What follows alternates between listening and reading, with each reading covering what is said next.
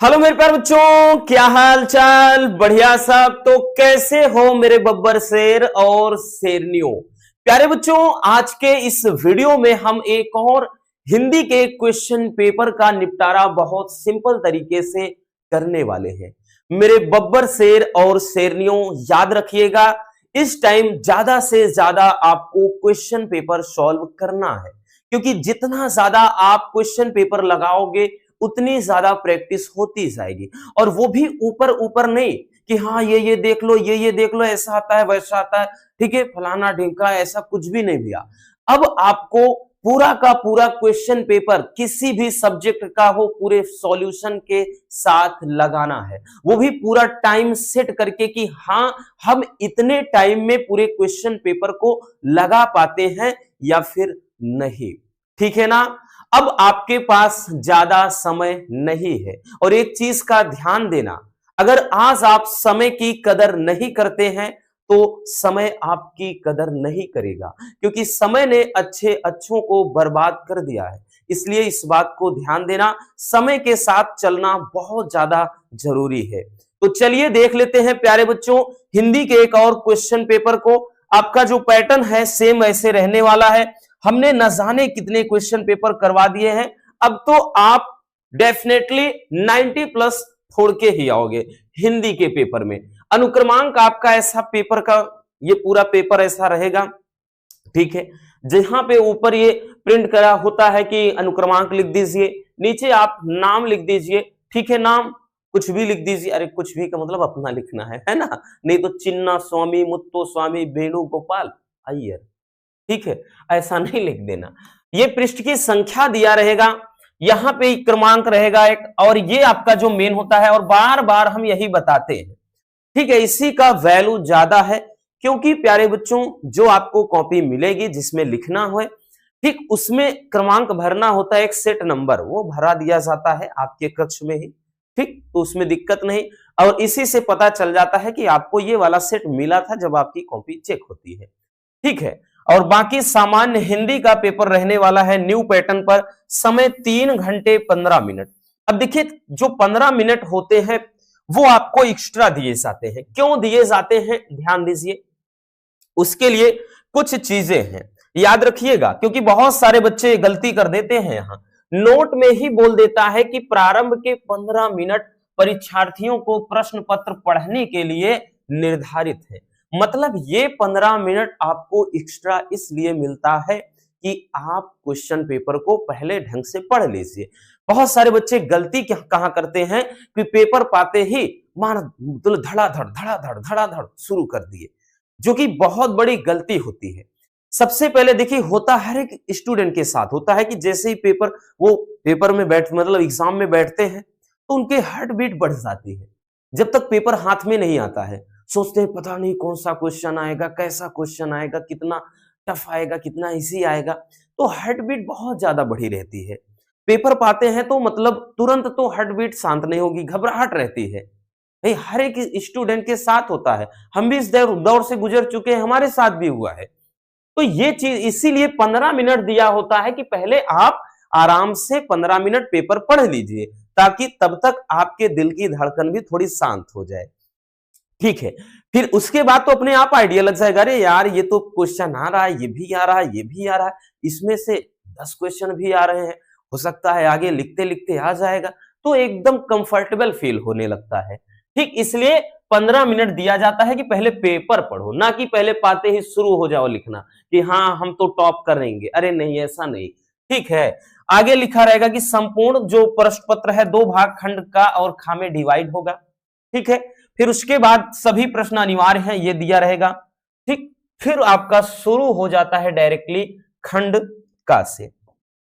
खंड का से आपका क्वेश्चन पेपर शुरू हो जाता है, खंड का, जो कि पूरी तरह से आपके बुक पर आधारित होगा, किताब पर, ठीक, जिसमें आपके पूरे ये 50 नंबर का खंड का होगा, 50 का ही खंड का होता है।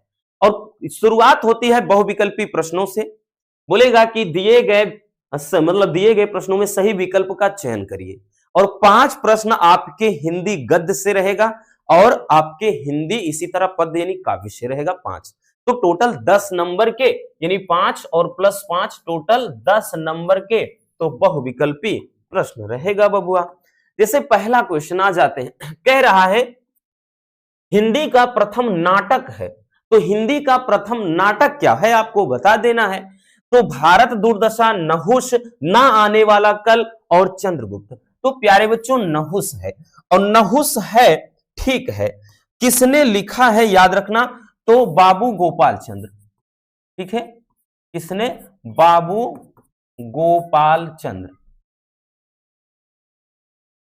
गोपाल चंद्र, याद रखना। बहुत सारे क्वेश्चन आपको मिलेंगे यहां से, और इस बात की गारंटी हम 100% लेते हैं, ठीक है। हिंदी वगैरह में फिक्स होता है बहुत सारे क्वेश्चन, इसी में से आपको 30 से 40 नंबर से ज्यादा क्वेश्चन फंस सकते हैं, याद रखिएगा, इतना हम दावे के साथ कह रहे हैं। इसीलिए बोलते ना कि हिंदी में जितना ज्यादा आप प्रैक्टिस सेट लगाओगे उतना आसान होता है, ठीक है। आगे देखते हैं अगला क्वेश्चन क्या है। अगला क्वेश्चन कह रहा है कि ध्रुव स्वामिनी की रचना विधा है। अब इसको करवा भी चुके हैं ऑलरेडी ही, कि ध्रुव स्वामिनी की कौन सी विधा है ये बताना है। एकांकी है, जीवनी है, नाटक है, या फिर उपन्यास है। तो जो ध्रुव स्वामिनी है वो एक नाटक है। अब किसके द्वारा लिखा गया एक नाटक है, तो प्यारे बच्चों किसके द्वारा, जयशंकर प्रसाद जी का एक नाटक है, जयशंकर प्रसाद जी का एक नाटक है। कौन सा, ध्रुव स्वामिनी, ठीक है। चलिएगा आगे, आगे चलते हैं बबुआ। आगे देखिए क्या है प्रश्न, कह रहा है कि इंदुमती है, तो इंदुमती क्या है, इंदुमती क्या है, प्रथम कहानी, प्रथम उपन्यास, निबंध, या फिर इनमें से कोई नहीं। तो इंदुमती जो है वो प्रथम कहानी है, क्या है, प्रथम कहानी है। रचना किसने किया है, तो किशोरी लाल गोस्वामी जी ने, किसने, किशोरी लाल गोस्वामी, ठीक है।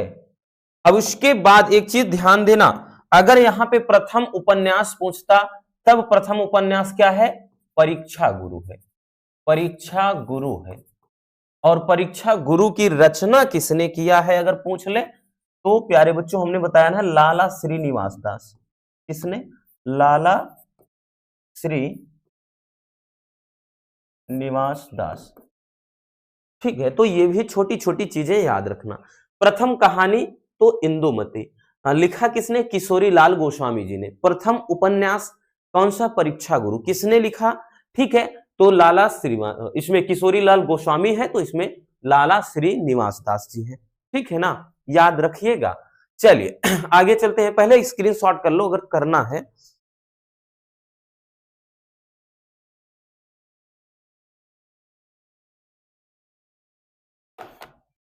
चलिए आगे देखते हैं, वैसे जरूरत थी नहीं बट हाँ ये इतना है कि जो इंपॉर्टेंट है हम बता दे रहे हैं। देखिए आगे कह रहा है कि हिंदी का प्रथम यात्रा वृत्तांत सरयू पार की यात्रा लिखा है। तो सरयू पार की जो यात्रा है वो किसने लिखा है ये आपको बताना है, ठीक है। सरयू पार की यात्रा किसने लिखा है, तो आपका विकल्प है बबुआ कि भारतेंदु हरिश्चंद्र द्वारा, फिर महावीर प्रसाद द्विवेदी जी द्वारा, या फिर प्रेमचंद्र द्वारा, या फिर राहुल संकीर्तन द्वारा। तो जो सरयू पार की यात्रा है वो भारतेंदु हरिश्चंद्र जी के द्वारा क्या है, रचित है बबुआ, ठीक है। चलिए नेक्स्ट क्वेश्चन की तरफ चलते हैं। अगला क्वेश्चन, हमारा अगला प्रश्न जो है कि गुनाहों का देवता कृति है, यानी गुनाहों का जो देवता है वो किसकी रचना है, तो हजारी प्रसाद द्विवेदी की, गुलाब राय की, या फिर धर्मवीर भारती की, या फिर रघुवीर सहाय की। तो गुनाहों का देवता धर्मवीर भारती की रचना है, ठीक है ना। ये सब बहुविकल्पी में ऑलरेडी करवा चुके हैं, इतना याद रखिएगा। अब आपके 5 प्रश्न गद्य से हो गए, अब अपन आ जाते हैं काव्य साहित्य में, हिंदी के काव्य साहित्य में आ जाते हैं। कह रहा है कि दूसरे का भक्ति आंदोलन का श्रेय जाता है, तो भक्ति आंदोलन का श्रेय किसे जाता है, विकल्प है वल्लभाचार्य को, या फिर शंकराचार्य को, या रामानुजाचार्य को, या फिर निम्बाकाचार्य को, ठीक है, तो यहां पे बताना है कौन है, तो रामानुजाचार्य है। ठीक है, ये इसके क्या हो जाएगा, इसका सही विकल्प हो जाएगा। भक्ति आंदोलन का श्रेय इन्हीं को जाता है। अगला विकल्प क्या है, अगला विकल्प है प्यारे बच्चों की प्रयोगवाद को, ये बहुत ज्यादा पूछा जाता है कि प्रयोगवाद को नई कविता की संज्ञा किसने दिया। ठीक है, कि प्रयोगवाद को नई कविता की संज्ञा किसने दिया, यानी नई कविता किसने कहा। ठीक, गिरिजा कुमार माथुर ने, केदारनाथ सिंह ने, या फिर अज्ञे ने, या फिर धर्मवीर भारती ने। तो प्रयोगवाद को नई कविता की जो संज्ञा प्रदान किया, सच्चिदानंद हीरानंद वात्स्यायन अज्ञे जी ने प्रदान किया। ठीक है, चलिए अगले प्रश्न पर चलते हैं। हमारा अगला प्रश्न है कि चिंतामणि कवि हैं, कि चिंतामणि जो कवि हैं इनमें से किस वर्ग के कवि हैं, ये बताना है। रीति सिद्ध वर्ग के, रीति मुक्त वर्ग के, रीति रहित वर्ग के, या फिर रीतिबद्ध वर्ग के। तो ये रीतिबद्ध वर्ग के कवि हैं। ठीक, चलिएगा आगे चलते हैं। अगला प्रश्न कि हिंदी का प्रथम कवि माना जाता है, तो हिंदी का प्रथम कवि किसको माना जाता है, गोरखनाथ को, या चंद-बरदाई को, या जगनिक को, या फिर सरहपा को। तो सरहपा को माना जाता है हिंदी साहित्य का प्रथम कवि। ठीक है, अगले प्रश्न की तरफ चलते हैं। हमारा अगला प्रश्न है कि छायावाद के प्रवर्तक, यह भी बहुत ज्यादा महत्वपूर्ण प्रश्न है प्यारे बच्चों, कि छायावाद के प्रवर्तक कौन है। तो छायावाद के प्रवर्तक हैं सूर्यकांत त्रिपाठी निराला, जयशंकर प्रसाद, सुमित्रानंदन पंत, या फिर महादेवी वर्मा। तो छायावाद के प्रवर्तक जयशंकर प्रसाद हैं। ठीक है, इसमें संबंधित जैसे पूछ लेता है, बता अभी इसके पहले ही बताया, पूछ लेगा कि कामायनी, पूछ लेगा ऐसे ही कामायनी किस वाद की, मतलब ऐसे देगा कि किस युग की कविता है, तो ऐसे यहाँ पे छायावाद युग, तो ऐसे आ जाता है। ठीक है, ऐसे पूछ लिया जाता है कई बार, या पूछ लेगा जयशंकर प्रसाद किस युग के कवि हैं, तो यहां याद रखना। तो इस तरह से अब जैसे इसमें पूछ लिया कि छायावाद के कवि हैं या प्रवर्तक कौन है इसमें। ठीक है, तो प्रमुख ये प्रवर्तक ये है, और प्रमुख कवि में भी आता है इनका नाम। ठीक है, तो ये आपके टोटल 10 नंबर के तो बहुविकल्पी प्रश्न इस तरह के आएंगे शुरू में ही। फिर आपका बबुआ तीसरा जो प्रश्न होगा, तीसरा प्रश्न टोटल 10 नंबर का होगा। ये इकलौता पूरे कितने नंबर देकर जाएगा, 10 नंबर, कि बोलेगा दिए गए गद्यांश पर आधारित निम्नलिखित प्रश्नों के उत्तर दीजिए। और अच्छी बात आपके लिए यह है, और हम बार बार ये चीज बताते हैं कि अथवा में करके आएगा, यानी 2 आएगा, 1 करना है बस। जब आपके पास विकल्प हो जाता है तब तो एकदम काम आसान हो जाता है। विकल्प अगर है तो आप आराम से कर सकते हो, नहीं होता तो मजबूरी हो जाती कि एक ही करना है। जैसे एक दिया है, कि एक दिया गया है कि भूमि का निर्माण देवों ने किया है। देखिए आपको केवल एक बार अच्छे से पढ़ लेना है कि जैसे भूमि का निर्माण देवों ने किया है, वह अनंत काल से है, उसके भौतिक रूप, सौंदर्य और समृद्धि के प्रति सचेत होना हमारा आवश्यक कर्तव्य है। भूमि के पार्थिव स्वरूप के प्रति हम जितने अधिक जागरूक मतलब जागृत होंगे, उतना ही हमारी राष्ट्रीयता बलवती हो सकेगी, यानी उतनी मजबूत हो सकेगी। यह पृथ्वी सच्चे अर्थों में समस्त राष्ट्रीय विचारधाराओं की जननी है। जो राष्ट्रीयता पृथ्वी के साथ नहीं जुड़ी है वह निर्मूल होती है। आगे कह रहा है कि राष्ट्रीयता की जड़ें पृथ्वी में जितनी गहरी होंगी, उतनी ही राष्ट्रीय भावों का अंकुर पल्लवित होगा। इसलिए पृथ्वी के भौतिक स्वरूप की अधोपांत जानकारी प्राप्त करना, उसकी सुंदरता, उपयोगिता और महिमा को क्या है, पहचानना आवश्यक ये धर्म होता है। तो ये एक आपका गद्यांश दिया गया है, और नीचे 5 प्रश्न इस तरह से दिए रहेंगे। पहला प्रश्न है कि उपयुक्त गद्यांश के शीर्षक और लेखक का नाम लिखिए। आप कैसे पहचानोगे? हमने आपको ट्रिक में बताया है, जब भी भूमि शब्द आए, जन आए, राष्ट्र आए, राष्ट्रीय आए, कौन सा पार्ट होता है, राष्ट्र का स्वरूप। और पहले चैप्टर में तो 100% फिक्स है, मान के चलिए एक आना है। तो यहां पर देखिए भूमि शब्द आया है, फिर उसके बाद देखिएगा जरा नीचे आइए, देखिए भूमि के अलावा भूमि आया है, फिर यहां पर देखिए राष्ट्रीयता आया है, राष्ट्रीय आया है, राष्ट्रीयता आया है, यहां राष्ट्रीय आया है। तो मतलब यहां पर हमने बताया ना, भूमि आ गया, राष्ट्रीय आ गया, ये राष्ट्र शब्द आ गया। तो चैप्टर कौन सा, राष्ट्र का स्वरूप, किसने लिखा, वासुदेव शरण अग्रवाल।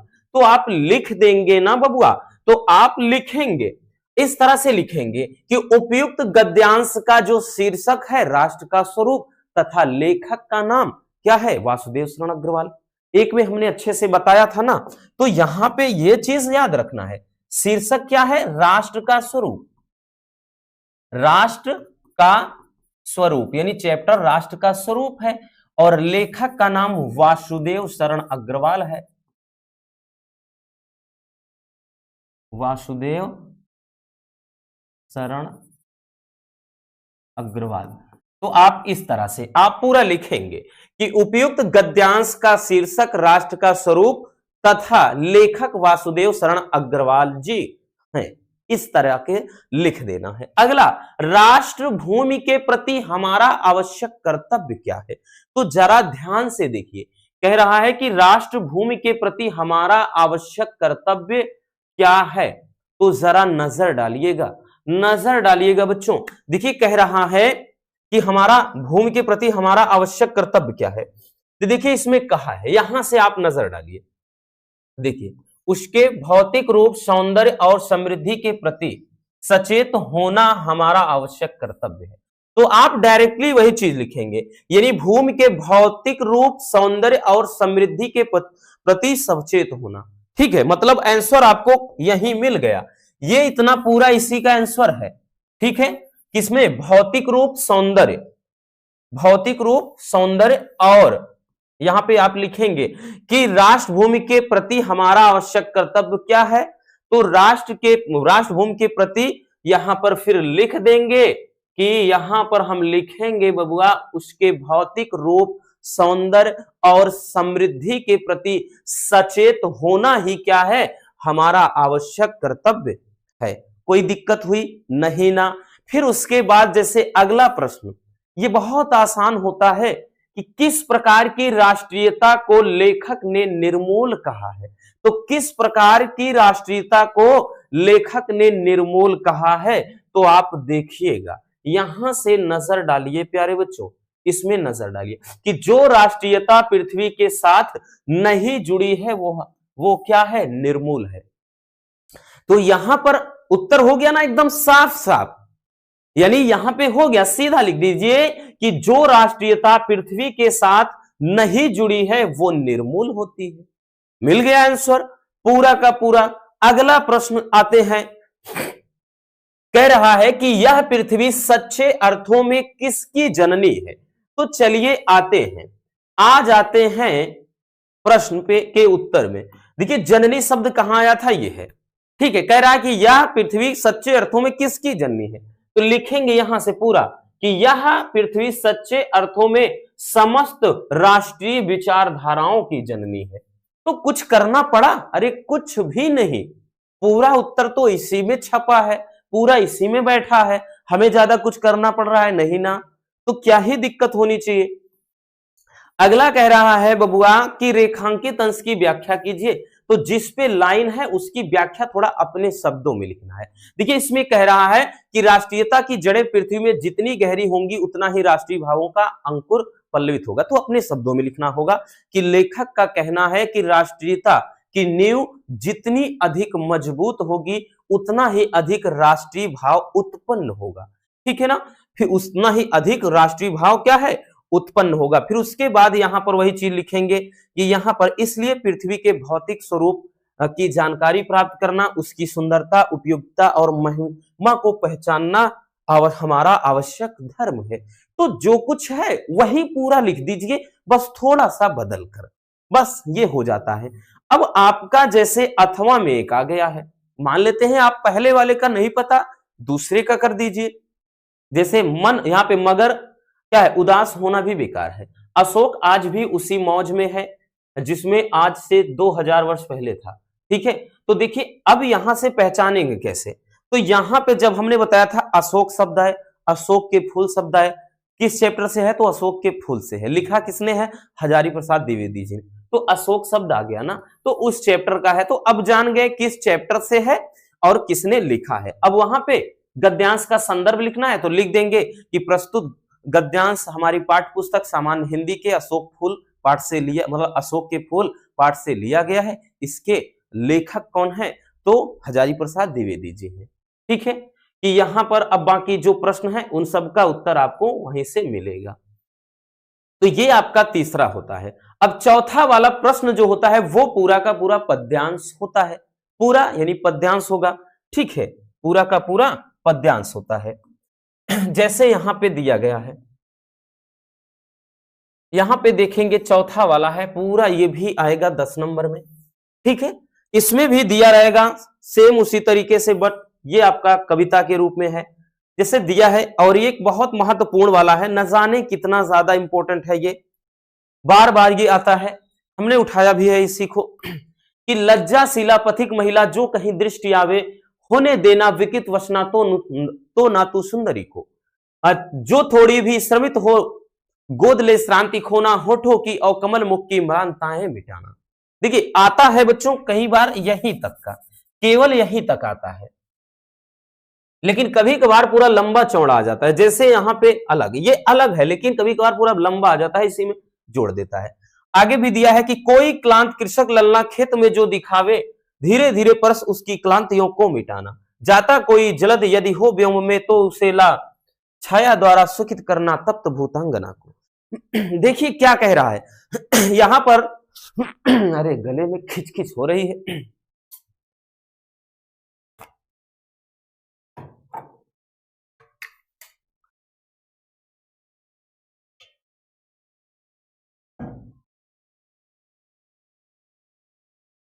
देखिएगा इसमें बोल रहा है कि यदि कोई यहां पे पवन दूतिका को क्या है, दूत बनाकर के राधा जी भेजती हैं मथुरा धाम के लिए। तो वो संदेश दे रहे हैं कि यदि तुम्हें रास्ते में कोई लज्जाशील यदि लाजवंती महिला दिखाई पड़ जाए, जो लंबा लंबा यूं से घूंघट डाली हो, पूरे उसका बदन अच्छे से ढका हुआ हो, यानी गांव की एकदम शर्मीली महिला स्त्री है, तो वही कह रहा है यदि कोई तुम्हें लज्जाशील महिला रास्ते में दिखाई पड़ जाए, तो होने देना वृकित वसना तो ना तो सुंदरी को। तो तुम जरा धीरे बहना, यानी इतनी तेज से मत बहना कि उसके कपड़े उड़ जाएं और वो क्या है, उसे शर्मिंदगी महसूस हो। तो तुम धीरे से बहना, आराम से बहना, उसके कपड़ों को उड़ने मत देना। और जो थोड़ी भी श्रमित हो वह ले गोद श्रांति खोलना।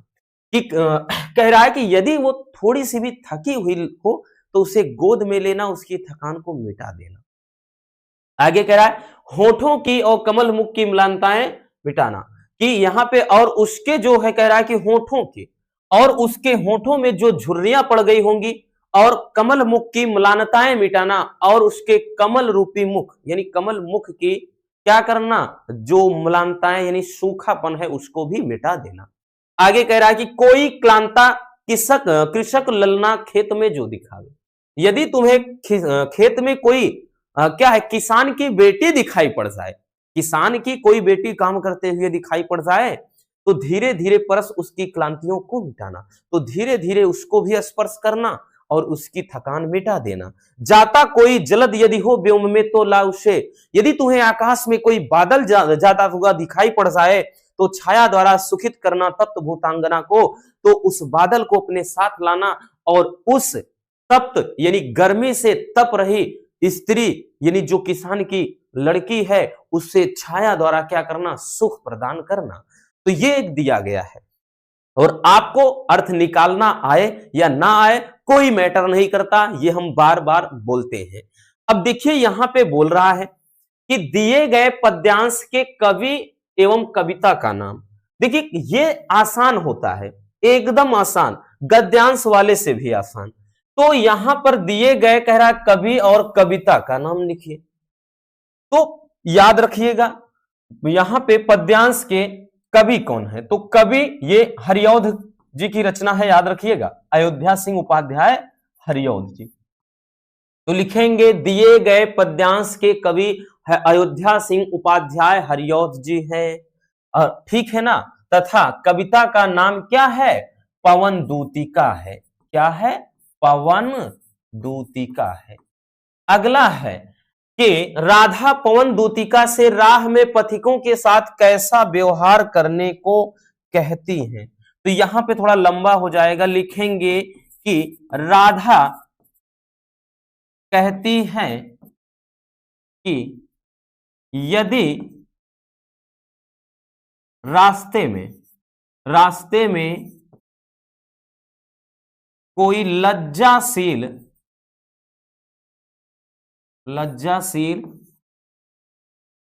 महिला दिखाई पड़े, लज्जाशील महिला दिखाई पड़े तो उसके वस्त्रों को अस्त व्यस्त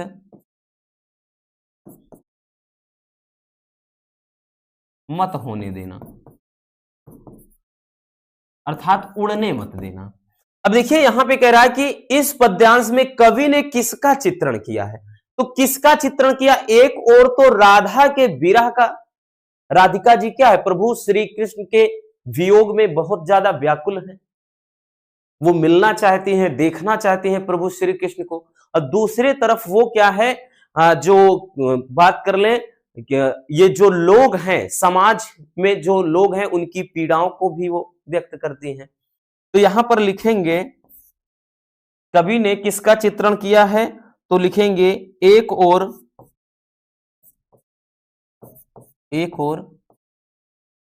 राधा के विरह तथा दूसरी ओर पीड़ित समाज को, पीड़ित या समाज के कष्ट को, ऐसे लिखेंगे, दूसरी ओर समाज के कष्ट को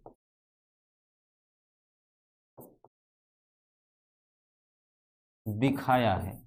ठीक है, वहां वही तो दिखाया है ना कि हाँ धूप में कोई तप रही, क्या है परेशानी, ये सब कुछ। तो एक बार स्क्रीनशॉट कर लो, काम की चीज है।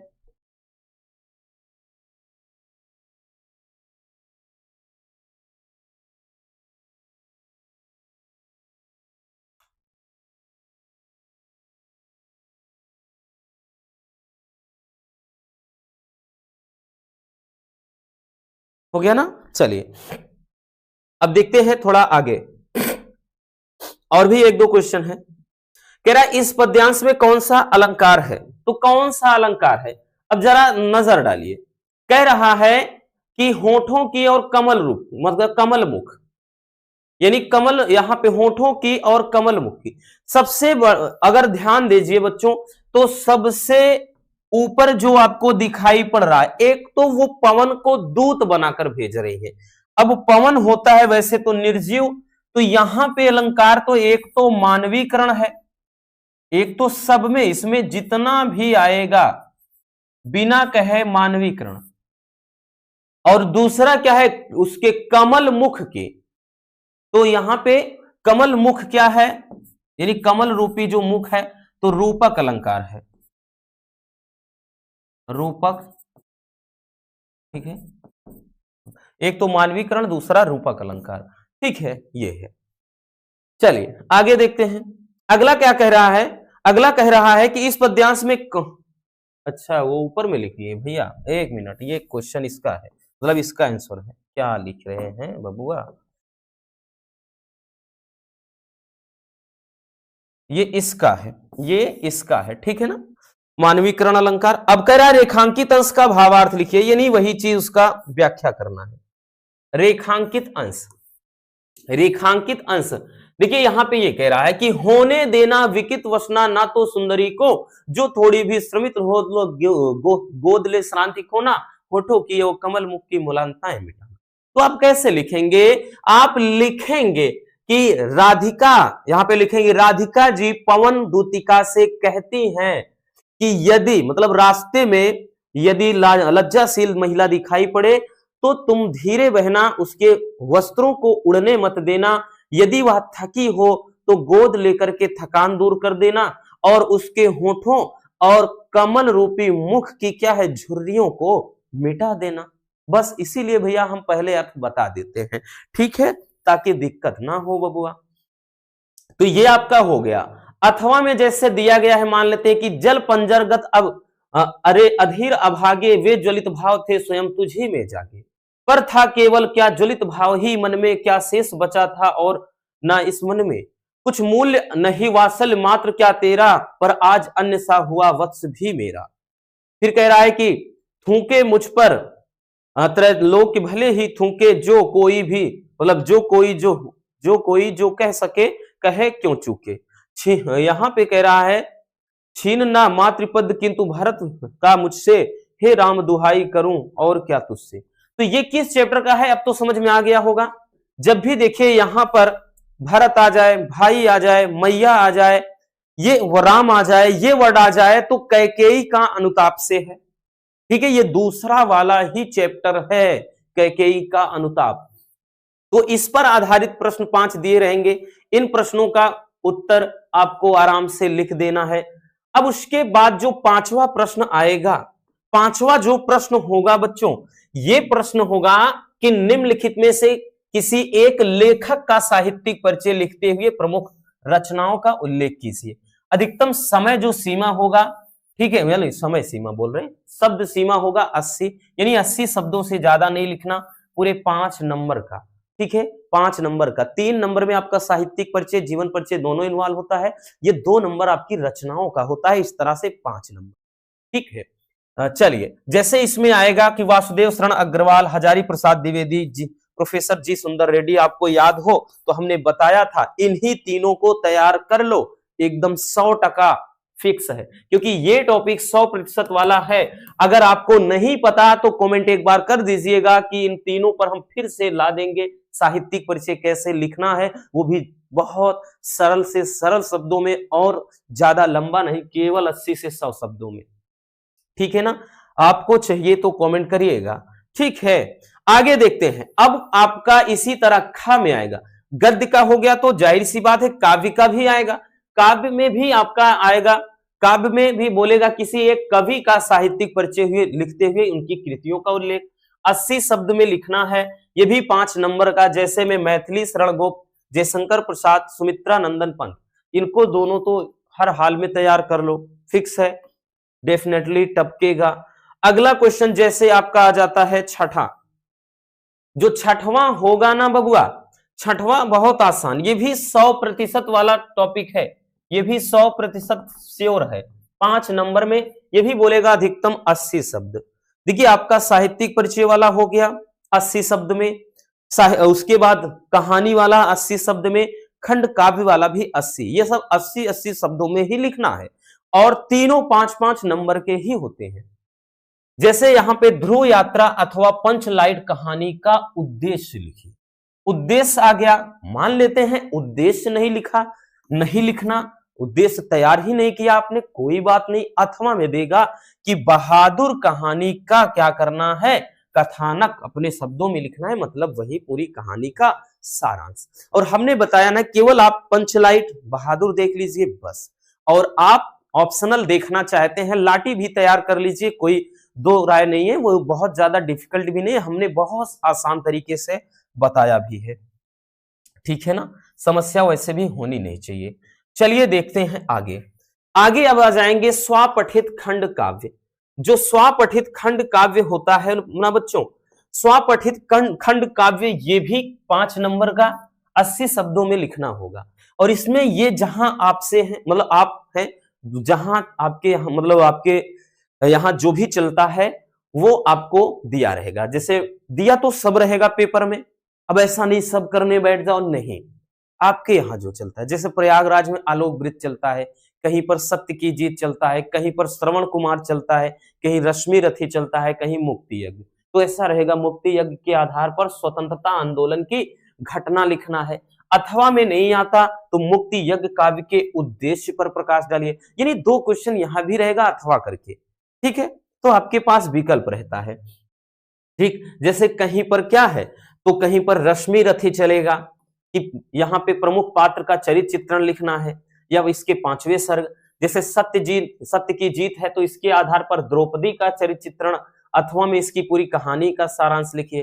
कहीं त्यागपथी है तो इसमें हर्षवर्धन का चरित्र चित्रण तैयार कर ली। देखिए जितने भी हैं, आज हम आपको एक ट्रिक बता रहे हैं, जितने भी हैं, जितने खंड काव्य में, याद रखिएगा, खंड काव्य वाले, खंड काव्य में बच्चों आपको सबसे ज्यादा जरूरी कि इनके नायक जो हैं, ठीक है, नायक का आप चरित्र चित्रण तैयार कर लीजिए।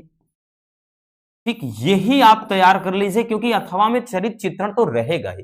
जैसे त्यागपथी में है हर्षवर्धन का चरित्र चित्रण, ठीक है ना, याद रखिएगा। उसके बाद आपने इसके पहले देखा द्रौपदी का चरित्र चित्रण, और जैसे आएगा अभी आलोक वृत्त, उनके क्या कहते हैं, नायक का चरित्र चित्रण, तो ये याद रखिएगा। जैसे अभी देख लीजिए श्रवण कुमार, तो श्रवण कुमार में जैसे आ गया, तो देखिए यहां पर श्रवण कुमार में दिया है कहानी का सारांश, अथवा में दे दिया ना दशरथ का चरित्र चित्रण, यानी कभी कभार इधर उधर चला जाए, नहीं प्रमुख पात्र में ज्यादा आता है। जैसे आलोक वृत्त में आ गया कि चतुर्थ सर्ग यानी चौथे सर्ग को के बारे में बताइए, अथवा में क्या है, इनके नायक गांधी जी का चरित्र चित्रण। तो ये इस तरह से होता है, और ये आपका फिनिश हो जाता है खंड का पूरे 50 नंबर का। शुरुआत होती है खंड खा की, ठीक, यहां लिखा भी नहीं है, बट 8वें प्रश्न से खंड खा शुरू हो जाता है। ठीक, 8वें नंबर से याद रखिएगा, यहां ये खंड खा, ठीक है, यहां से खंड खा की शुरुआत हो जाती है। ये भी पूरे 50 नंबर का आएगा, याद रखिएगा। अब यहां पे बहुत आसान होता है बबुआ, ये पहला ही प्रश्न 7 नंबर देकर के जाएगा, बड़ा आसान है। 8 के का में जैसे बोलेगा कि दिए गए संस्कृत गद्यांश में से किसी एक का संदर्भ सहित या संदर्भ बोलेगा हिंदी में अनुवाद कीजिए। तो सबसे पहले आपको ये पढ़ना होगा, उसी से पता चलेगा कि ये किस चैप्टर से लिया गया है। 2 नंबर बच्चों आपको दिया जाता है किसका, तो 2 नंबर दिया जाता है संदर्भ का। 5 नंबर किसका, तो 5 नंबर आपका दिया जाता है अनुवाद का। जैसे कि एक दिया है,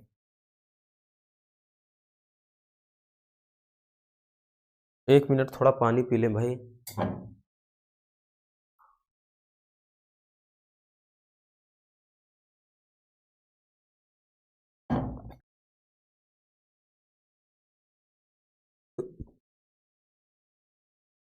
अब देखिए बच्चों, यहां पे दिया गया है कि अतीते प्रथम कल्पे जना मतलब एकम अभिरूपम सौभाग्य प्राप्तम सर्व कार्य परिपूर्णम पुरुषम राजानुकुर्वन। देखिए बोल रहा है कि अतीते प्रथम कल्पे यानी प्राचीन काल में के प्रथम कल्प में लोगों ने कह रहा है एक सौभाग्यशाली सर्व कार्य परिपूर्ण पुरुष को क्या कर दिया, राजा बना दिया। ठीक है, फिर आगे कह रहा है चतुष्पदा अपि, चौपायों ने भी, यानी जिनके 4 पैर होते हैं, जो जानवर होते हैं, चतुष्पदा अपि सन्निपत एकम सिंहम राजानुकुर्वन, चौपायों ने भी इकट्ठा होकर के क्या किया, एक राजा मतलब एक शेर को राजा बना दिया। तथा शकुनी गड़ा हिमवत प्रदेशे एकस्मिन पाषाणे सन्निपत्य मनुष्य राजा, यहाँ पे सजा लिखे हैं, राजा प्रज्ञायते तथा चतुष्पदे सुचा। देखिए यहां पे बोल रहा है उसके बाद पक्षी गण हिमालय प्रदेश में एक पाषाणे यानी एक पत्थर पर सन्निपत्ति यानी इकट्ठा होकर के वो मत करते हैं, यानी बोलते हैं आपस में कि मनुष्यों में राजा होता है। तथा चतुष्पदे सुचा, और क्या है, चौपायों में भी राजा होता है। अस्माकम पुरंतरे राजा नास्ति, लेकिन हमारे बीच में कोई राजा नहीं है। आ राज को वासो नामना वर्तते, यानी बिना राजा के रहना उचित नहीं है। फिर आगे लिखा है कि एको राजस्थाने स्थापित इति उक्तवन्तः, कि मतलब एक राजा की क्या है, स्थापना होनी चाहिए, ऐसा कहा गया। ठीक है, यानी उसमें क्या रखा गया, कह रहा है कि प्राचीन काल में, यह भी इंपॉर्टेंट है इसीलिए बता दे रहे हैं, अच्छे से याद रखिएगा कि प्राचीन काल के प्रथम कल्प में लोगों ने एक अपिरूपम, सौभाग्यशाली और सर्व कार्य परिपूर्ण पुरुष को क्या किया, राजा घोषित कर दिया। चौपाइयों ने भी क्या है, इकट्ठा होकर के एक शेर को राजा बना दिया। फिर उसके बाद क्या है, पक्षी गण, जो पक्षी गण है, पक्षियों का समूह एक हिमवत प्रदेश है, यानी हिमालय प्रदेश में एक पाषाणे यानी पत्थर पे इकट्ठा होकर के क्या करते हैं, बोलते हैं कि मनुष्यों में राजा होता है तथा चतुष्पदेश यानी चौपाइयों में भी राजा होता है, लेकिन अस्माकम पुरंतरे राजा नास्ति, लेकिन हमारे बीच में राजा नहीं है। और बिना राजा के क्या है कि अराजको वासो नामना वर्तते, बिना राजा के रहना उचित नहीं है। कि एको राजस्थाने अस्थायित्व इति उक्तवंतः, एक राजा की क्या है, स्थापना होनी चाहिए, यानी राजा की स्थापना करनी चाहिए। ठीक है, ये कहा गया। फिर आगे कह रहा है तथ अथ ते परस्पर परस्पर अवलोकयन्तः, कह रहा है एकम उलूकम दृष्टवा अयम नो रोचते इत्यवोचन। देखिए कह रहा है कि इस प्रकार वे सभी एक दूसरे को अवलोकित, मतलब एक दूसरे को देख करके वो बोलते हैं, एकम उलूकम यानी एक उल्लू को देख करके बोलते हैं, अयम नो रोचते, कि मुझे ये पसंद है, इत्यवोचम, ऐसा कहा। ठीक है ना, कहते हैं सब लोग तो पहले एक मत ले लेते हैं, कहते हैं इसी को घोषित कर दो, तब वहां पर रखा जाता है बात की हाँ नहीं ये मुझे इसका राजा, फिर और लोग विरोध करते हैं कि मुझे इसका राजा बनाना बिल्कुल पसंद नहीं, कि बिना क्रोध के ही इसका मुंह वैसे है तो क्रोधित होने पर कैसा होगा। ठीक है, ये बात रखी जाती है।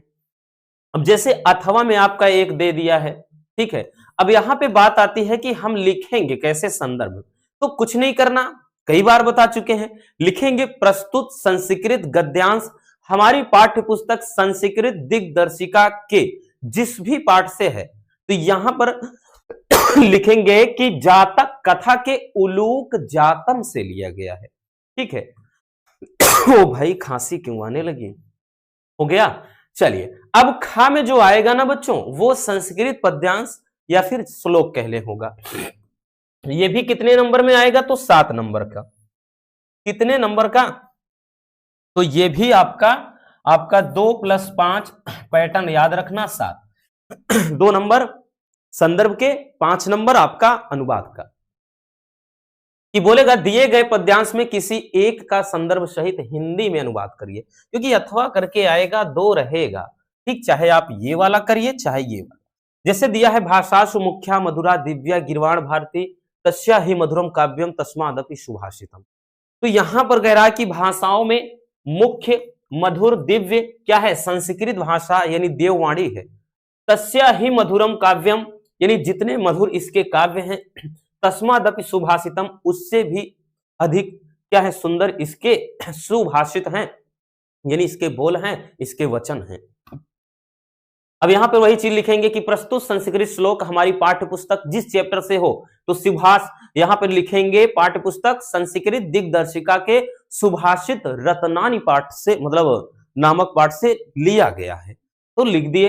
अथवा में भी एक दिया है कि परोक्षे कार्य हंतारम प्रत्यक्षे प्रियवादिनम, और कह रहा है कि वर्जते तादृशम मित्रम विश्व कुंभम पयोमुखम, ये भी बहुत ज्यादा आता है। ठीक है, और 100% है, फिक्स है, ये जो हम बता रहे हैं आएगा 100 में 100% पूरे दावे के साथ कह रहे हैं। ठीक है, ये आएगा आपके पेपर में। देख रहा है कि परोक्षे कार्य हंतारम, जो परोक्षे कार्य हंतारम और प्रत्यक्षे प्रियवादिनम, जो पीठ पीछे आपका काम बिगाड़ते हो, और प्रत्यक्षे प्रियवादिनम, और जो प्रत्यक्ष यानी आपके सामने मीठा बोल बोलते हो। तो वह जते तादृशम मित्रम, ऐसे मित्र को उसी प्रकार छोड़ देना चाहिए, विष कुंभम पयो मुखम, यानी जिस प्रकार विष से भरे हुए यानी जहर से भरे हुए और ऊपर यानी उसके मुख पर दूध लगे हुए घड़े को त्याग दिया जाता है।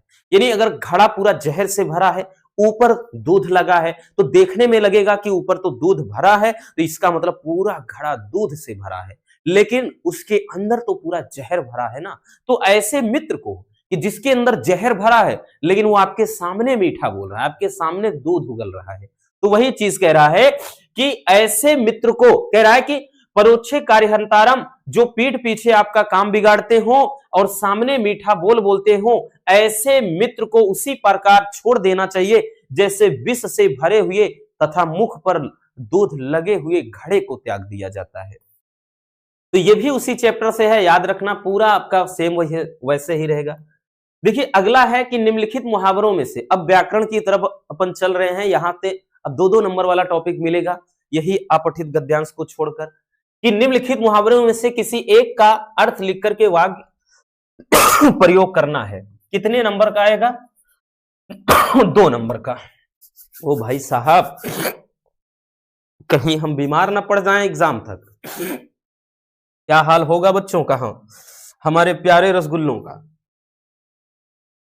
चलिए यहां पे जैसे दिया है कि एक म्यान में 2 तलवार, तो इसका अर्थ लिखना है।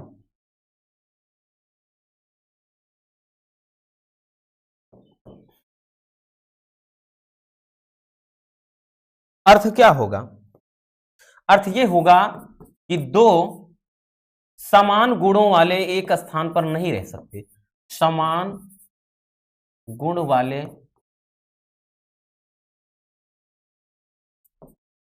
व्यक्ति एक स्थान पर नहीं रह सकते। ये थोड़ा लंबा है, याद रखना। यानी एक म्यान में 2 तलवार, तो 2 समान गुण वाले व्यक्तियों का एक साथ ना रहना, ऐसे लिख सकते हैं, एक साथ ना रहना, एक साथ ना रहना।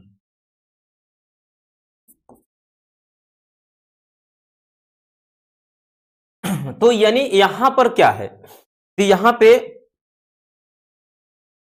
इसका मतलब देखिएगा, अगर हम अब वाक्य प्रयोग की बात करें, ठीक है, किसके वाक्य प्रयोग की, तो वाक्य प्रयोग में आप क्या लिखेंगे? वाक्य प्रयोग में क्या लिखेंगे जरा बताइएगा।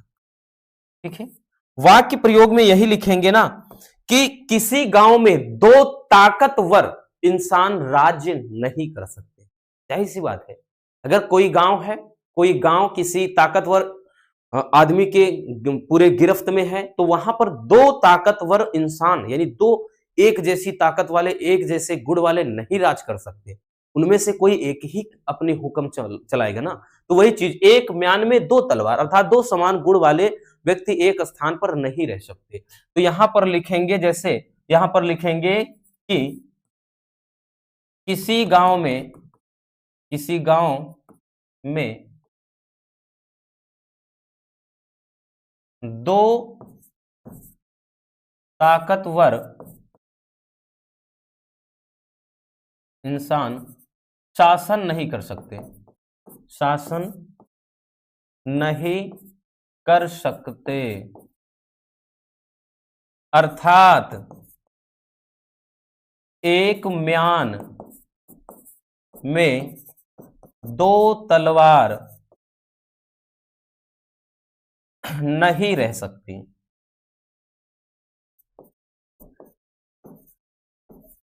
बस हो गया।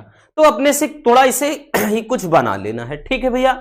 अब जैसे दूसरा है, क्योंकि एक ही जब कहेगा तो आसान होता है, नाच ना जाने आंगन टेढ़ा, अर्थ क्या होगा? दोषारोपण करना, ठीक है, दोषारोपण करना। दोषारोपण करना इसका मतलब क्या है? यानी इसका अर्थ है कि दूसरे पर दोष निकालना। जैसे क्या है, हमने बताया है ना कि पेंट अच्छा ना होने के कारण, मतलब वो क्या कहते हैं ऐसा कि रमेश पेंटिंग सही से नहीं बना पाया, इसलिए उसने पेंट पर दोष निकाल दिया कि पेंट खराब है। इसे ही कहते हैं नाच न जाने आंगन टेढ़ा। जैसे कि रमेश नाचना नहीं जानता है और उसने फिर कहा कि गाना ही खराब है, तो इसका मतलब कहते हैं नाच ना आवे आंगन टेढ़ा। यही देख लो ना कि नाचे तो आवत नहीं है इनका और बोला था आंगन वही टेढ़ है, तो क्या है, हो गया ना, नाच ना आवे आंगन टेढ़ा। आगे लिखेंगे तो कोई भी आप बना सकते हैं, कोई भी ले लेंगे कि चोर की दाढ़ी में तिनका, तो यहां पर लिखेंगे कि अपराधी अपराधी या दोषी लिखेंगे डायरेक्टली, अपराधी नहीं कह सकते हम, दोषी का शंकित रहना। ठीक है, दोषी हमेशा क्या रहेगा, सशंकित रहेगा, यानी हमेशा वो उसके सामने अगर जैसे कुछ भी बात करेंगे तो वो जो दोषी व्यक्ति है वो हमेशा क्या रहेगा कि उसके मन में एक डर बना रहेगा। ठीक है, जैसे रमेश के सामने चोरी की बात जैसे ही की गई वो तुरंत ही अंदर क्या हो गया, मतलब यानी वो क्या है, अच्छा मतलब संकित रह गया। ठीक, यानी अंदर ही अंदर वो भयभीत हो गया, वो चीज है। अगला जैसे है कि उल्टा चोर कोतवाल को डांटे, इसका क्या अर्थ होगा, इसका भी वही होगा, दूसरे पर दोष निकालना।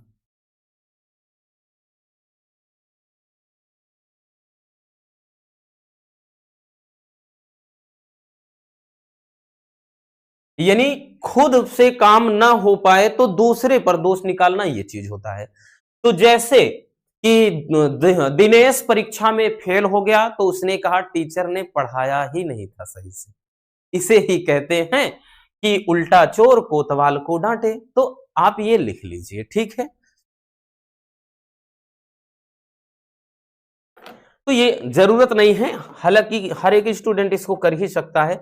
अब देखिए बच्चों, जो आपका 10वां आएगा, 10वां बबुआ हमने बता ही दिया है कि ये जो होता है ये आपका अपठित गद्यांश पर आधारित जो प्रश्न होता है ये 5 नंबर का आएगा। कितने नंबर का, 5 नंबर का। आसान होता है, कुछ नहीं करना, बस जो प्रश्न दिया रहेगा, जो गद्यांश या पद्यांश दिया रहेगा, बोलेगा इसे पढ़िए और इस पर आधारित ये नीचे प्रश्न दिए रहेंगे। ठीक है, ये नीचे प्रश्न दिए रहेंगे, इनका उत्तर दो। ठीक है, और ये वाला याद करो, हमने करवा भी चुका है, ये वाला एग्जाम्पल करवा भी दिए हैं कि यहां पे कि आज से कई वर्ष पहले गुरुदेव के मन में आया कि शांति निकेतन को छोड़कर कहीं अन्यत्र चले जाएं। स्वास्थ्य बहुत अच्छा नहीं था, शायद इसलिए या पता नहीं क्यों तय पाया कि वे श्री निकेतन के पुराने 3 मंजिले मकान में रहें। शायद मौज में आकर यह निर्णय लिया हो, वे सबसे ऊपर के तल्ले में रहने लगे। उन दिनों ऊपर तक पहुंचने के लिए लोहे के चक्करदार सीढ़ियां थी और वृद्ध और क्षीण वपु रविंद्रनाथ के लिए उस पर चढ़ सकना असंभव था। फिर भी बड़ी कठिनाई से उन्हें वहां ले जाया जा सका। तो ये वाला तो हम बता चुके हैं ना कि गुरुदेव शब्द का प्रयोग किसके लिए किया गया, तो रविंद्रनाथ जी के लिए। फिर आगे है कि गुरुदेव ने शांति निकेतन छोड़कर कहीं जाने का मन क्यों बना लिया, तो ऊपर ही लिखा था भैया कि स्वास्थ्य बहुत अच्छा नहीं था, यानी इनका हेल्थ ठीक नहीं था। और उसके बाद अगला है कि उनके समीप तक पहुंचने के लिए क्या कठिनाइयां थी, तो उनके समीप तक पहुंचने के लिए कठिनाइयां क्या थी, तो उन दिनों ऊपर तक पहुंचने के लिए लोहे की चक्करदार सीढ़ियां थी और यही सबसे बड़ी कठिनाई थी। हो गया, ये भी अथवा करके आएगा, इसलिए बेनिफिट बहुत ज्यादा है। ठीक है, यहां पे पहले मैं आपको अपनी विशेषता बताता चलूं तो एक और ऐसा दिया है, इसको पढ़िए और इस पर आधारित ये 3 प्रश्न रहेंगे, तीनों के मिलाकर आपको 5 नंबर। अब उसके बाद आ जाते हैं 11, प्रश्न संख्या 11 में। अब 11 में आपका 11, 12 ऐसे सब व्याकरण वाला आएगा। ठीक है, जैसे 11 में है, 11 के का में निम्नलिखित शब्द युग्मों का सही अर्थ चयन करके लिखिए। ठीक है, सही अर्थ चयन करके लिखना है। तो यहां पे दिया है अंश और अंश, तो इसका सही अर्थ चयन करके लिखना है। ठीक है, इसका सही जोड़ा सही कौन सा होगा, अंश और अंश में पहला है भाग और कंधा, कंधा हिस्सा, सूर्य चंद्रमा, मांच आंच। एक चीज याद रखना, ये बार बार कंफ्यूजन ना हो क्योंकि बहुत ज्यादा इंपॉर्टेंट है। ठीक है, अलग से एकदम अच्छे से समझ लो, ये कई बार आगे पीछे करके ऊपर नीचे करके कंफ्यूज कर देता है, यानी ये वाला अंश कभी आगे कर देता है, ये वाला अंश कभी पीछे। तो ये जहां पे ये आपका ठीक है नीचे ये अंश, ठीक ये अंश है तो इसका मतलब अंश का मतलब हिस्सा।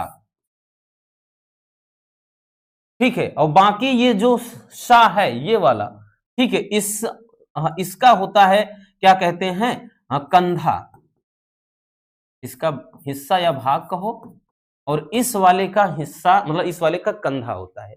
तो आपका विकल्प देखिएगा ऐसा कौन सा विकल्प है, तो अंश अंश, तो पहला है भाग, कंधा, कंधा, हिस्सा, सूर्य, चंद्रमा, मांच, आंच। तो कौन सा है? पहले अंश का मतलब देखिए हमने बताया है हिस्सा या भाग कह लो, तो हिस्सा या भाग कह लो ये है, और इस वाले अंश का मतलब कंधा, तो इस तरह से पहला ही हो जाएगा। ठीक है, पहला ही क्या हो जाएगा? सही हो जाएगा। चलिए आगे चलते हैं, ये पहला हो गया। दूसरा, ये बहुत ज्यादा इंपॉर्टेंट है, याद रखना, और ये तो पूछा ही जाता है, आप चाहे 2020, 22, 23, 24, 25 ऐसा पेपर उठाओ, ये पूछा गया है, लगातार आया है।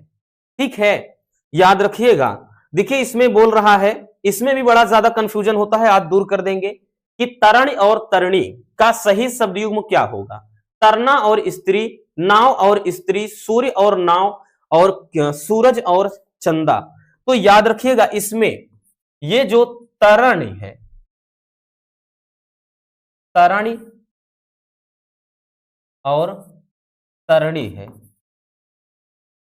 ठीक है, तो इस वाले तरणी का मतलब होता है सूर्य, और इस वाले तरणी का मतलब होता है नाव, नाव। तो इस हिसाब से आपका विकल्प देखिए कौन हो जाएगा। तो तरण तरणि का सही नाव और स्त्री नहीं होगा, सूर्य और नाव, क्योंकि तरणि का मतलब सूर्य और नाव, तो ये तीसरा हो जाएगा। ठीक है ना, चलिए स्क्रीनशॉट कर लीजिए, तब तक थोड़ा पानी पी लें भाई, बार बार खांसी आ रही।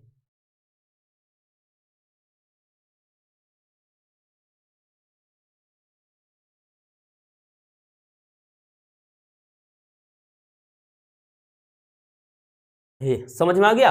ऐसे ट्रिक में समझ लेना कि ये छोटा जो ये अणा है, इसमें छोटी की मात्रा लगी हो तो सूर्य, और ये जो अणा है इसमें छोटी मतलब बड़ी की मात्रा लगी हो तब वो नाव हो जाएगा। ठीक है, इससे आप अपने दिमाग में रखिएगा।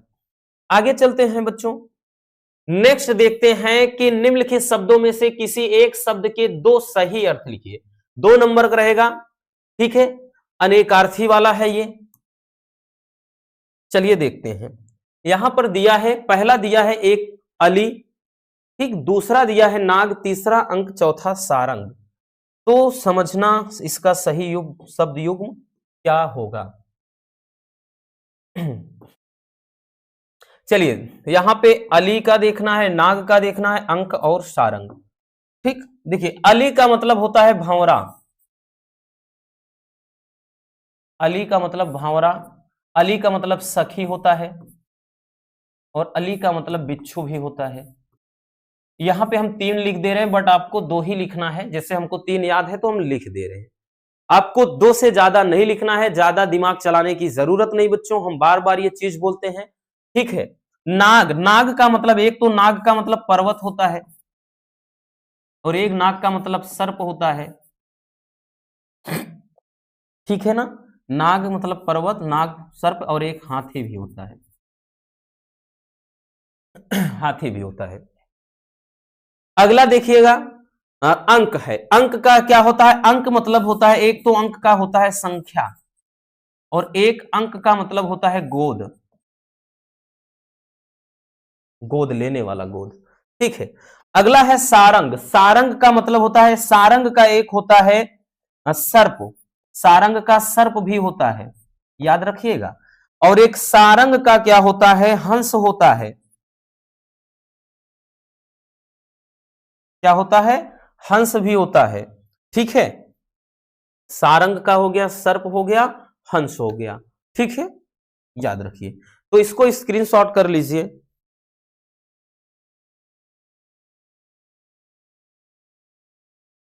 हो गया, चलिए आगे चलते हैं। अगला है कि निम्नलिखित वाक्यांशों के लिए एक शब्द का चयन करिए। अब देखिए, घृणा के योग्य, यानी जो घृणा के योग्य हो उस व्यक्ति को क्या कहा जाता है? यह भी 2 नंबर का रहेगा। घृणित, घृणास्पद, घृणी, संघृणित। तो जो घृणा के योग्य हो उसे घृणित कहा जाता है। क्या कहा जाता है? घृणित। ये वाले सब आसान होते हैं, एक एक नंबर वाले करते जाओ, एक एक नंबर मिलता जाएगा। अगला, जो जीता ना जा सके उसे क्या कहेंगे? अजय कहेंगे, अमर कहेंगे, अजर कहेंगे, अच कहेंगे।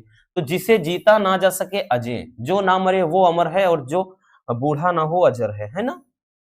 चलिए आगे देखेंगे कि निम्नलिखित में से किन्हीं दो वाक्यों को शुद्ध करना है, यह भी 2 नंबर का हो जाएगा। जैसे मैंने रो दिया, तो इसका सही क्या हो जाएगा? इसमें कह रहा है कि मैंने रो दिया, तो क्या हो जाएगा? इसका हो जाएगा मैं रो दिया। मैं रो दिया हो गया इसका शुद्ध। अगला है जैसे कि परमात्मा के अनेकों नाम हैं, तो क्या हो जाएगा? परमात्मा, परमात्मा के अनेक नाम हैं, अनेक नाम हैं। ठीक है, परमात्मा के अनेक नाम है। अगला, मैं भोजन कर लिया है, तो मैं भोजन क्या हो जाएगा? कर चुका हूं, मैं भोजन कर चुका हूं। अगला, मैं 100 रुपया प्राप्त हूं, मतलब 100 रुपया प्राप्त हुआ, तो इसका हो जाएगा कि 100 रुपए प्राप्त हुए। तो ये ध्यान देना, गलती सब में कहां कैसे है, ये इसका सबका शुद्ध रूप होगा। इस तरह से आपको शुद्ध वाला करना है। अब आ जाएंगे प्यारे बच्चों रस छंद अलंकार में। ये रस छंद अलंकार वाला जो टॉपिक है ना, सब 2-2 नंबर वाला। कितने नंबर? 2-2 नंबर वाला। एक नंबर परिभाषा का, 1 नंबर उदाहरण का, मिलके 2 नंबर। तो जैसे यहां पे देखिए, रस में आपका है करुण रस अथवा शांत रस। देखिए आ गया ना, तो हमने बताया ना, श्रृंगार रस देख लो, करुण रस देख लो, वीर रस, 3 देख लो, जरूरत नहीं है चौथे की। अथवा में एक वैसे भी आएगा। जैसे इसका परिभाषा लिख के पूरा लिखना है। दूसरे में देखो कि अनुप्रास, अलंकार में अनुप्रास अथवा उत्प्रेक्षा, तो उधर जाने की जरूरत ना है को उत्प्रेक्ष, इसमें या तो अनुप्रास देगा या यमक देगा, ठीक है ना। अनुप्रास, यमक अलंकार या फिर उत्प्रेक्षा अलंकार। उत्प्रेक्षा भी आया है, तो 2 से 3 जो है हमने बता भी दिया है। उपमा भी एक आता है, ठीक है। और आपका छंद में आ जाएगा चौपाई अथवा दोहा, तो चौपाई दोहा दोनों अच्छे से बताया है, तो ये भी फिक्स। ये तीनों टॉपिक याद रखिएगा, 100% फिक्स होते हैं, ये आपसे कोई नहीं छीन सकता। इस पे जो हमने वीडियो बनाया है उसको देख लेना अच्छे से। इसमें कम से कम 7 से 8 वीडियो बनाया होगा। एक पे तो मिलियन से भी ज्यादा व्यूज हैं, यानी 10 लाख से भी ज्यादा बच्चों ने प्यार दिया है। तो रस छंद अलंकार को ट्रिक से कैसे जानना है देख लेना जाके, ठीक है। आगे देखते हैं। अब आपका आ जाएगा कि क्या कहते हैं, पत्र वाला, ठीक है। ये जो प्रश्न संख्या 13, ये पत्र कितने नंबर का आएगा? 6 नंबर का। तो किसी इंटर कॉलेज के प्रबंधक के नाम लिपिक पद, आ गया ना, लिपिक पद वाला बताया है बढ़िया तरीके से। अथवा में दिया है कि अपना कुटीर उद्योग प्रारंभ करना है, तो किसी बैंक के प्रबंधक को ऋण प्रदान करने हेतु क्या करना है? एक पत्र। तो ये भी तो बताया है, एक लिपिक पद और एक बैंक के कर्मचारी से आपको ऋण लेना है, लोन लेना है, और तीसरा सबसे ज्यादा पूछा जाने वाला सफाई के लिए, ठीक है। तो ये आपका हो जाएगा पत्र लेखन में। अब आ जाता है आपका निबंध। निबंध, तो निबंध में प्यारे बच्चों बोलेगा कि किसी एक विषय पर अपनी भाषा शैली में निबंध आता है पूरे 9 नंबर का, और 9 नंबर का आएगा। तो इसमें कोई एक टॉपिक, जैसे साहित्य समाज का दर्पण है, लोकतंत्र और समाचार पत्र, भ्रष्टाचार, कंप्यूटर, वन संपदा और उपयोगिता, याद रखिएगा। इसमें स्टेप मार्किंग चलता है, भले ही आप पूरा ना लिख पाओ, आधा भी लिख दोगे तो 3 से 4 नंबर, 5 नंबर तक मिल जाएंगे, ठीक है। तो इस तरीके से आपका पूरा हिंदी का क्वेश्चन पेपर हो जाता है। याद रखना बबुआ, हम ये दावे के साथ कर रहे हैं, अगर आप बढ़िया तरीके से तैयारी किए हैं तो हिंदी के अंदर पूरे 90+ फोड़ने से कोई नहीं रोक सकता। और ये हम 100% दावे के साथ कह रहे हैं। जितना हमने अब तक पूरा आपको तैयार करवाया है, जितना अब तक बताया है, जितने क्वेश्चन पेपर सॉल्व करवा चुके हैं, अब भी अगर आपका 90+ नहीं आता तो यकीनन कहीं ना कहीं आपने तैयारी नहीं की है, आपने केवल उसे मौज मस्ती में लिया है। नहीं तो अगर आपने सीरियस लिया है तो इतना लाने से कोई नहीं रोक सकता। तो बस आज के इस वीडियो में इतना ही, मिलते हैं किसी और शानदार टॉपिक के साथ। Love you, bye bye, take care. हाँ, प्यारा सा कमेंट बॉक्स में छोड़ दीजिएगा।